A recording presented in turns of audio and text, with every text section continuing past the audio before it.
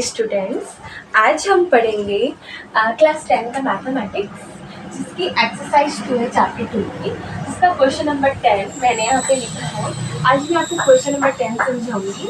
तो क्वेश्चन कुछ इस तरह से है, दो संख्याओं का गुणनफल 45 तथा उनका योग 14 है, तो आप संख्याएं ज्ञात कीजिए। तो अभी हमारा दो चरों का रैखिक समीकरण वाला चैप्टर चल रहा है, तो हमें यहाँ पर दो संख्या दी है, तो हम दोनों संख्याओं को अलग अलग चरों में मान लेंगे, अलग अलग चर मान लेंगे, देन हम आगे उसको सॉल्व करेंगे। तो जो भी रिलेशन दिया है उसके हिसाब से हम इक्वेशन बनाते हैं, तो हम आगे प्रोसेस करते हैं। दिया है आपका दो संख्याओं का गुणनफल 45 और योग कितना है 14 है, तो संख्याएं ज्ञात कीजिए। तो पहले हम मान लेते हैं जो संख्या है वो क्या है ना, हम चरों के रूप में मानेंगे, देन हमको लास्ट में आंसर फाइंड करना है। तो मैं यहाँ मानती हूँ माना वे संख्याएं x व y है। मैंने मान लिया कि वो जो संख्या है ना वो x और y है। तो अब क्वेश्चन बोल रहा है कि उनका जो गुणनफल है वो कितना है 45 है। तो हम लोग लिख लेते हैं प्रश्नानुसार दो संख्याओं का गुणनफल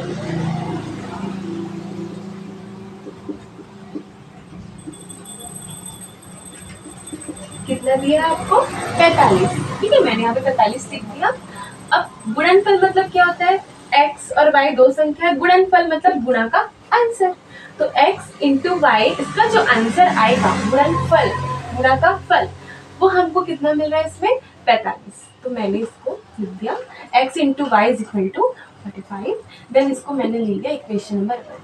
अब देख सकते हैं ये जो इक्वेशन वो इनटू में, इनटू वाली इक्वेशन कभी भी हमारे मेन इक्वेशन नहीं होती जिससे हम लोग फॉर्मूला का यूज करके, है ना, मतलब मान याद करें, क्योंकि इनटू वाले में दिक्कत होती है कि हमारा जो रैखिक समीकरण है उसका जो फॉर्मेट होता है ना वो कुछ इस तरह का होता है, ax plus b y plus c is equal to 0।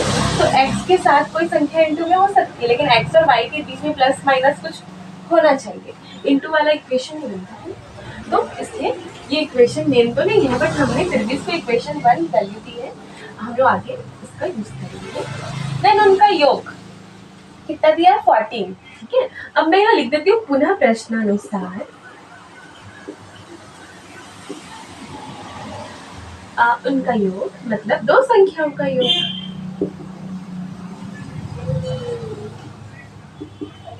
कितना है 14। ओके, तो दो संख्याओं का योग, तो हमारी वो दो संख्या है कौन सी, x और y है ना। तो हम x और y योग मतलब क्या होता है प्लस प्लस कर दिया मैंने, और इसका आंसर हमको कितना दिया है 14। तो मैंने 14 लिख दिया, ये मैंने ले लिया इक्वेशन नंबर 2। अब हमको x और y की वैल्यू फाइंड करनी है, और हमारे वैल्यू फाइंड करने के लिए हमारे पास ना दो रैखिक समीकरण होने चाहिए, दो चरों वाले दो रैखिक समीकरण, जो कि है ना इस तरह के फॉर्मेट में होते हैं ना, ऐसा चाहिए। दो इक्वेशन चाहिए, तभी तो हम लोग दोनों का यूज करके या तो प्रतिस्थापन विधि या विलोपन विधि से x और y की वैल्यू फाइंड करते हैं।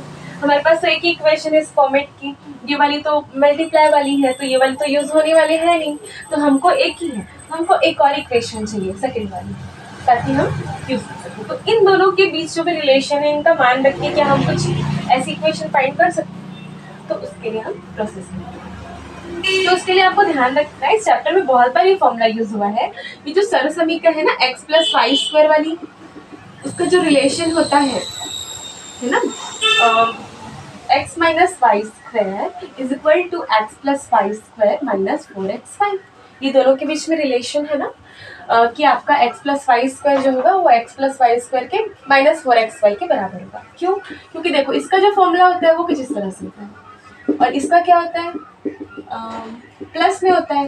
देन अगर मैं 4xy कर दूं तो मैं घटाऊं तो माइनस 2xy मिल जाएगा ना मुझे यहाँ पे, तो वो इसके इक्वल हो जाएगा।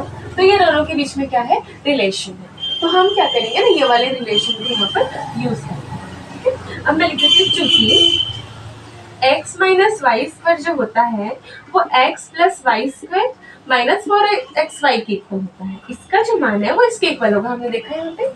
ठीक है, तो अब हम क्या करेंगे, हमारे पास देखो इसकी वैल्यू है, हमारे पास इसकी भी वैल्यू है, तो हमको ये वाली वैल्यू इजीली मिल सकती है।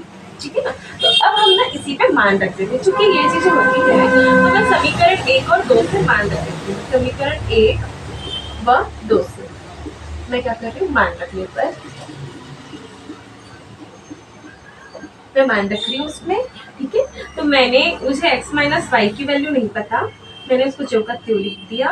मुझे x प्लस वाई की वैल्यू पता है जो कि 14 है, मैंने यहाँ 14 लिख दिया यहाँ पर, एंड इसका स्क्वायर है तो जो का मैं स्क्वायर लिख देती हूँ। Then minus 4 x into y की वैल्यू है 45, तो मैं यहाँ लिखूंगी 45। x इंटू वाई की जगह पे मैंने यहाँ पे 45 लिखूंगी। यहाँ कुछ नहीं, मतलब मल्टीप्लाई होता है ना, 4 इंटू एक्स इंटू वाई है, तो मैं एक्स वाई की वैल्यू यहाँ लिख रही हूँ, लेकिन यहाँ पे क्या है मल्टीप्लाई, तो मैंने यहाँ पे मल्टीप्लाई। ओके, देन आगे प्रोसेस करते हैं, कैलकुलेशन करेंगे। अब हम 14 का स्क्वायर, अगर आप 1 to 30 स्क्वायर याद कर लेते हैं तो आपकी यहाँ पे कैलकुलेशन बहुत इजी हो जाएगी। अगर आपको याद नहीं होगा तो फिर आपको मल्टीप्लाई करना पड़ेगा। ठीक है, तो बेटर होगा कि आप 1 to 30 मन में रख लीजिए, रोज एक बार लिख भी लोगे ना तो आपको याद हो जाएगी। ठीक है, तो इसका स्क्वायर जो होता है ना वो होता है 196।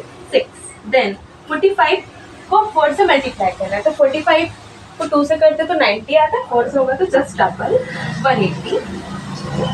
x माइनस वाई का square is equal to 196 minus 180। तो मैंने यहाँ पे माइनस करेंगे हम, तो 180 माइनस हुआ तो अब 100 में 100 को छोड़ दो, 100 में 100 माइनस हुआ तो खत्म हो गया। 96 में 80 माइनस करो, तो 96 में 80 माइनस होगा तो हमारे पास बचेगा 60। ठीक है, देन हम आगे प्रोसेस करते हैं। x minus y square is equal to 16 हमको यहाँ पर मिल गया। तो अब हम देखते हैं कि यहाँ पर स्क्वायर के फॉर्मेट में हमको ये नेचुरल ये चाहिए, ये स्क्वायर नहीं चाहिए, स्क्वायर को हमको हटाना है। तो हम देखते हैं जो बाजू वाली ये जो संख्या है वो क्या किसी का स्क्वायर है। अगर ये स्क्वायर होगी तो दोनों के स्क्वायर आपस में कैंसिल हो जाते हैं। x माइनस वाई का स्क्वायर 4 का स्क्वायर होता है ना 16, तो मैं लिख देती हूँ 4 का स्क्वायर। ठीक है, ऐसे कटता तो नहीं है स्क्वायर, लेकिन हम काट देते हैं, लेकिन वो कटता नहीं है, वो एक प्रोसेस है। क्या प्रोसेस है? ये स्क्वायर उस पक्ष में जाके क्या बन जाता है, घात में 1/2। यहाँ पे 2/1 है, पक्ष चेंज होने में घात में क्या होता है 1/2 हो जाता है। अब यहाँ पर आपके घातांक के नियम के हिसाब से क्या हो जाता है 4 इंटू 2 इंटू 1, मतलब ये एक फॉर्मूला है ना, a की पावर में m पूरे की पावर में n, a की पावर में m इंटू n। ठीक है, इस तरह से यहाँ पे मल्टीप्लाई हो जाती है घात और ये ऊपर नीचे कट गया, तो 4 की घात में 1 आ गया ना, ये हो गया 4। ठीक है, इस तरह से हमको इक्वेशन मिल गया। देखो मिल गया ना इक्वेशन, ऐसा वाला चाहिए था ये वाला। ठीक है, तो ये हमको मिल गया, इसको मैंने नाम दे दिया इक्वेशन नंबर 3। अब तो बहुत इजी है। अब हम क्या करेंगे, समीकरण 2 और 3 को हल करेंगे। ठीक है,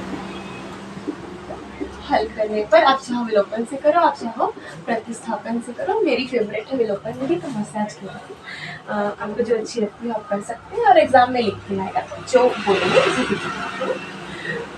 So x plus y is equal to 14, x minus y is equal to 4. Then विलोपन विधि में क्या होता है, बस हमको तो यहाँ पर कुछ करना ही नहीं है, क्योंकि सारा यहाँ पे तो कांस्टेंट इक्वल है, तो हम जोड़ भी देंगे तो ये कैंसिल हो जाएगा। देन हमको एक कांस्टेंट की वैल्यू, एक चर की वैल्यू मिल जाएगी।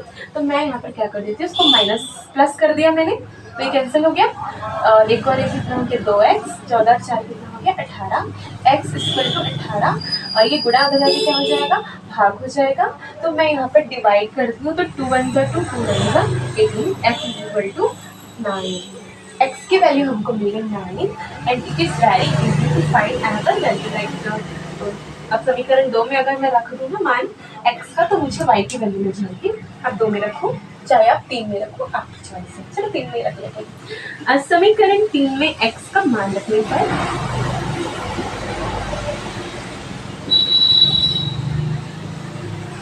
मैं समीकरण 3 में रखती हूँ x का मान, x minus y is equal to 4। x की वैल्यू है हमारी 9, 9 minus y is equal to 4। तो माइनस वाई यही रहेगा, संख्या को मैं दे देती हूँ, प्लस 9 है, उधर जाके हो जाएगा -9 एंड माइनस वाई। अब 9 में 4 गया 5 आता है, लेकिन बड़ी संख्या 9 से -5 आएगा, then minus minus cancel, then हमारी आगे y की वैल्यू 5। ओके, देन इस तरह से हमको मिल गया answer, x is equal to 9 and y is equal to 5। Okay, then अब हम लिख सकते हैं वे संख्याएं ज्ञात कीजिए, ऐसा क्वेश्चन था ना, तो मैं लिखूंगी वे संख्याएं 9 व 5। ठीक है, हमको आंसर मिल गया, वे संख्याएं क्या है 9 और 5। अब आंसर चेक कर सकते हो, x plus y is equal to 14 है, तो मैं आंसर चेक कर लेती हूँ। आंसर तो चेक करना है, तो x plus y is equal to 14, then x की वैल्यू हमारे पास 9, y की वैल्यू आ गई 5, 9 5 कितना होता है 14 होता है ना, लेफ्ट हैंड साइड इक्वल आ गया राइट हैंड साइड के। तो अब हमारा समझ में आ गया कि आंसर तो चेक हो गया एंड इसका वैल्यूज राइट है, तभी हमारा दोनों साइड क्या इक्वल आ गया। एक बार रिवाइज करते हैं। जो दो संख्या ज्ञात करने बोला था, हमने दो संख्याएं को x और y मान लिया। दोनों संख्याओं का गुणनफल हमको दिया था 45, मैंने 45 लिखा, दोनों संख्याओं को गुणा के रूप में लिख दिया। हमने लिख दिया कि 45 होता है, इक्वेशन नंबर 1 ले लिया। और सेकंड प्रश्न अनुसार दिया था कि उनका योग 14 है, मैंने यहाँ 14 लिखा। योग मतलब प्लस होता है, तो मैंने यहाँ प्लस लिखा। x plus y equal to 14, equation number 2 दे दिया। एक रिलेशन होता है ये दोनों सरसमीकों के बीच, प्लस वाली और माइनस वाली। जो x माइनस वाई स्क्वायर की जो सरसमीका होती है उसके बीच में रिलेशन होता है कि प्लस वाली के माइनस 4xy के बराबर है, तो उस रिलेशन को लिखा और उसके बाद इन दोनों का मान इस इक्वेशन में रख दिया। तो हमको x इंटू वाई की वैल्यू हमने रखी है ना यहाँ पर, और x प्लस वाई की रखी है, दोनों की वैल्यू रखी, कैलकुलेशन की, हमको स्क्वायर में मिला। देन स्क्वायर इसका पता था हमको 4 का स्क्वायर होता है, निकाल सकते हो है ना, स्क्वायर स्क्वायर कट गया। देन x माइनस वाई की इक्वेशन उसको हम लोकल नीति से हल किया, दोनों इक्वेशन प्लस कर दिया, तो प्लस माइनस कैंसिल हो गया, y हट गया यहाँ से, 2x आ गया। Then 2x is equal to 18, x की वैल्यू आ गई यहाँ पे मल्टीप्लाई उधर जाके divide, x is equal to 9। ठीक है, देन x की वैल्यू हमको मिल गई। अब हम समीकरण कोई भी समीकरण में मान रख सकते थे, तो मैंने इसमें रखा, इसी में रखा, तो x minus y is equal to 4, तो फिर मैंने मेथड किया यहाँ पे 9 minus y is equal to 4, then calculation की, तो y की वैल्यू होगी 5। अब दोनों की वैल्यू हमने लिखी, देन आंसर चेक किया, एक इक्वेशन में यहाँ पे मान रखे, देन हमको दोनों तरफ भी सेम मिल गया, तो हमारा आंसर सही है। इस तरह से हमको इस क्वेश्चन का आंसर मिला, ये क्वेश्चन सॉल्व हो गया। आई होप आपको समझ में आया होगा। अगर आपको कोई भी प्रॉब्लम है then you can ask in comment section and try to solve your doubts. Thanks for watching.